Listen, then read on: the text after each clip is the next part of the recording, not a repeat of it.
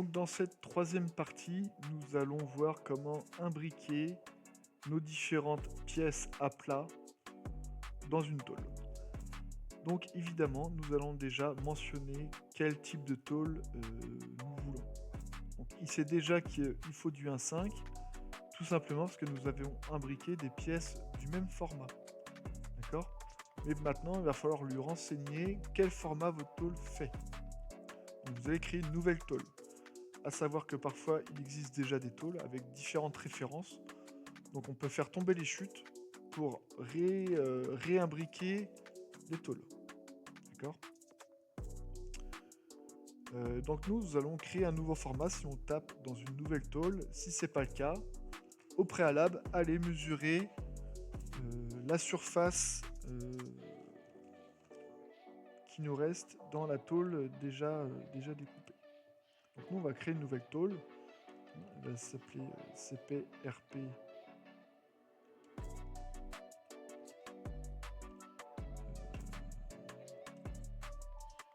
pot à charbon. D'accord. La longueur d'une tôle, chez nous, c'est toujours 2 mètres. Donc vous connaissez les tolérances maintenant. Par 1000. Épaisseur 1,5, c'est intrinsèque par rapport à ce qu'on a créé tout à l'heure. Quantité 1, puisque je pense que même en binôme, vous aurez suffisamment de place, d'accord, pour imbriquer la série de pièces. Elle est active, on clique sur OK, et automatiquement, on a une tôle avec un bord de 5 mm,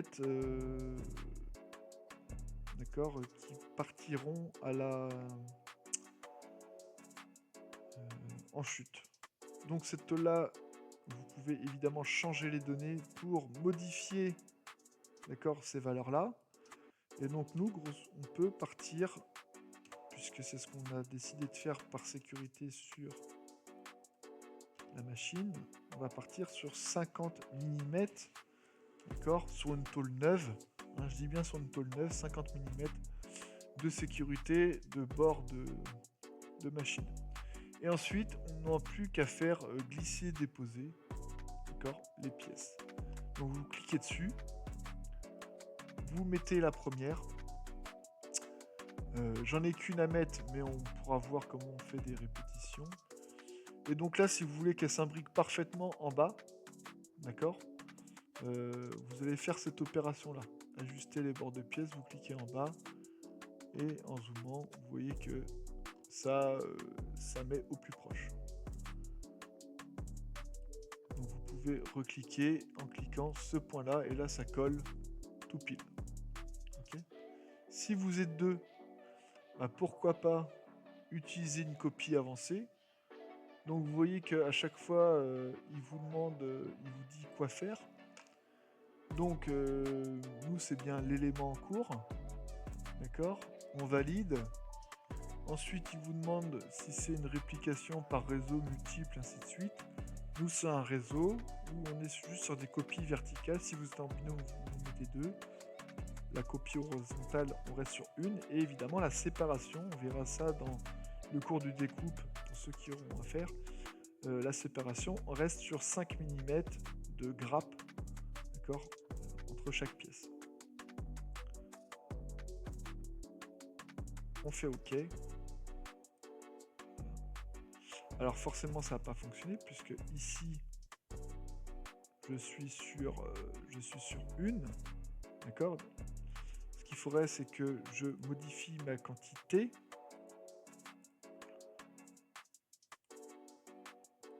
Donc que je rajoute une pièce. D'accord. Et pour rajouter une pièce, copie avancée, toujours pareil. Copie verticale 2. Et ça met bien la deuxième pièce avec une régule à 5 mm, puisque nous n'avons pas le mode automatique dans ce logiciel-là. Donc cette pièce-là, moi, pour l'exemple, je vais la supprimer et je vais remettre ma quantité à 0. Donc pas même chose pour la grille, hein. Vous déplacez. Là, on peut plus aller checker le bord, l'angle, d'accord, de la tôle. Néanmoins, soit vous travaillez en vertical, soit vous travaillez en horizontal. Donc ma grille, je vais la laisser pour l'instant. Je vais aller chercher mon support de poignée qui est très intéressant puisque vous voyez que dans sa position, on va manger de la matière désordonnablement. Donc on va lui opérer une petite orientation de 90 degrés. Donc quand vous cliquez sur un objet, automatiquement on a la barre des mouvements qui s'affiche. Et donc là, vous essayez de faire 5 mm à vue. Voilà. En essayant, pourquoi pas.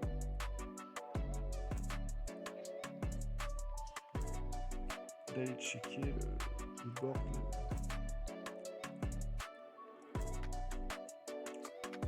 de la pièce. Donc, vous pouvez utiliser évidemment la touche échappe pour glisser, déplacer. Donc maintenant que j'ai ma barre là, pourquoi pas essayer d'imbriquer aussi au plus proche la grille. D'accord. Une fois que ceci est fait, nous avons terminé notre travail au niveau de l'initial. Maintenant, nous allons passer à l'onglet technologie et nous allons travailler de droite à gauche. Donc, pour travailler de droite à gauche, la technologie, on va choisir la technologie de découpage dans ce secteur-là. Donc, au-dessus, vous avez le marquage, en dessous, vous avez le découpage. Donc, nous, on va choisir de découper pour que ça aille un peu plus vite, puisque mine de le temps va passer relativement vite. Plus on va vers le bas là, plus la qualité de découpe est meilleure. Plus on descend, moins la qualité de découpe est meilleure. Donc nous on va se mettre sur une qualité relative de 3 pour avoir le meilleur compromis. Ensuite il nous dit de choisir les éléments, donc nous on va choisir tout. D'accord ? On va choisir tout. Et on va valider. Ensuite, petit aspect, on va quand même modifier la qualité des coupes pour certains éléments, notamment, pourquoi pas, les perçages, d'accord, et les éléments d'insertion, notamment les houblons ici, d'accord, puisque les ergots de la grille vont se monter dans les houblons, comme on peut le voir sur le SolidWorks ici, même si j'ai mis un jeu de 2 pour un 5, on n'est pas à l'abri qu'avec la dépouille, d'accord, due à la technologie, ça soit réduit, qu'on ait des difficultés de montage. Donc on va modifier les coupes, on va prendre du 5. Et là, cette fois-ci, les éléments sectionnés, vous allez faire une fenêtre de capture. Voilà. Vous validez, vous faites fin. Et la même chose pour les passages de vis. Fenêtre de capture. Voilà. Valider, puis fin. Donc vous voyez que votre technologie a changé. Elle est désormais verte. Et donc, on est tout bon. Une fois que vous avez fait ça, les ponts, c'est pour le laser. Les boucles, c'est pour le laser pour gagner du temps. On va faire des amarrages pour pouvoir dégrapper la pièce après. Donc elle va se tenir, la grande pièce va se tenir correctement. Par contre, néanmoins, les petites vont moins tenir avec des potentiels risques de basculement dans le bac. Donc nous, on va tout faire en amarrage automatique. On va prendre l'amarrage 1 qui marche très bien pour les coins de pièces. Donc on va essayer, pourquoi pas, de dégrapper en diagonale. Donc on commence par la grille, on le fait quand même. Donc on pose un amarrage dans le congé, d'accord ?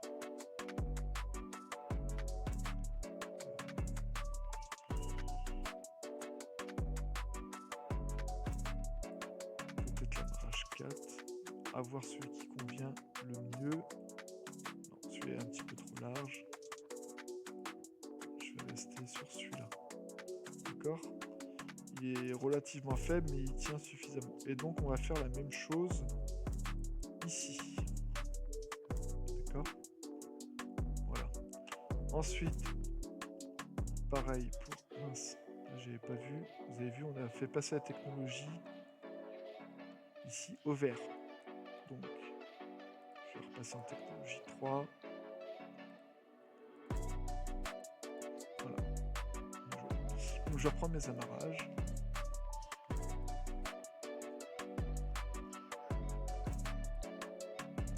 Là, en diagonale. Et ensuite, ici, ici, de toute façon, ça va être caché par la soudure. Surtout ne pas le mettre dans ce secteur-là. D'accord. Donc, ce qu'on va faire, c'est qu'on va le mettre ici, puisque ça rentre. Voilà. Et puis ça, on va pouvoir le meuler derrière. Sinon, je vais mettre le mode semi-automatique. Point souris, voilà, point souris, et puis je vais en mettre un là. Voilà, ça reste bon. Donc au choix, soit ici, c'est un mode semi-automatique aussi, hein. D'accord. Et sinon, vous pouvez ici choisir milieu extrémité, point souris de la pièce sélectionnée en cours. Donc là, on en met deux, hein, c'est suffisant. Un, ça peut être suffisant aussi, à voir. N'oubliez pas que les lames du bac sont verticales, donc le basculement se fait dans l'autre sens. Malheureusement, hein, voilà, c'est pour ça que je mets un petit ergot là, un petit amarrage là. Après les amarrages, on passe aux amorçages. Donc préférence pour les amorçages 1, entrée-sortie. Donc automatiquement, quand il y a un amarrage, il y a un amorçage. Néanmoins, pour le reste, il faut les rajouter. Donc, on va s'occuper des petits houblons. Voilà. Entrée-sortie. Entrée-sortie. Entrée-sortie. Là, on pointe le milieu. Entrée-sortie. Et il nous reste tout cela à faire. Les conduits d'apport d'oxygène du fût. C'est un petit peu fastidieux à faire à la main, mais ça permet de contrôler correctement où on veut placer ces amorçages pour réaliser les découpes. Voilà. Ensuite, même chose pour les trous blonds. Donc quand le cycle se termine là, le plus court, hein, c'est d'aller au suivant. Et le logiciel fera ce qu'il faut derrière, parce qu'on va choisir évidemment le mode automatique pour ce projet-là et les autres projets qui suivront. Voilà, on a terminé, hein, on est arrivé à la fin de la technologie des amorçages. On va pouvoir passer à l'usinage. Donc vous allez faire le mode automatique. Arrêt pompe non, parce qu'on fera le nettoyage en fin d'usinage. Vous cliquez sur fin. Et là, vous voyez qu'on va commencer par les trous houblons. D'accord. Après les trous houblons, ceux horizontaux. Après les horizontaux, on va faire la découpe de la grille. Ce qui, à proprement parler, une fois qu'elle passera... donc le fût, pardon. Une fois que ça passera la grille, vous pourrez faire un arrêt machine, retirer votre grappe, si possible. Et préparer tout simplement le fût pendant que la grille est en train de se découper. Donc ça, c'est tout à fait faisable. À faire évidemment avec l'aide du professeur la première fois. Et puis pareil, à la fin, on termine par le support de poignée. Voilà, vous avez terminé votre usinage. Il vous reste, on n'a pas de modification à faire, d'accord? Donc il vous reste à l'enregistrer. Et vous l'enregistrez évidemment au bon endroit. Donc normalement vous avez accès dans partage élève à partage élève. Vous avez accès à découpe jet d'eau. Donc vous irez dans CPRP. Je crée directement CPRP 2022.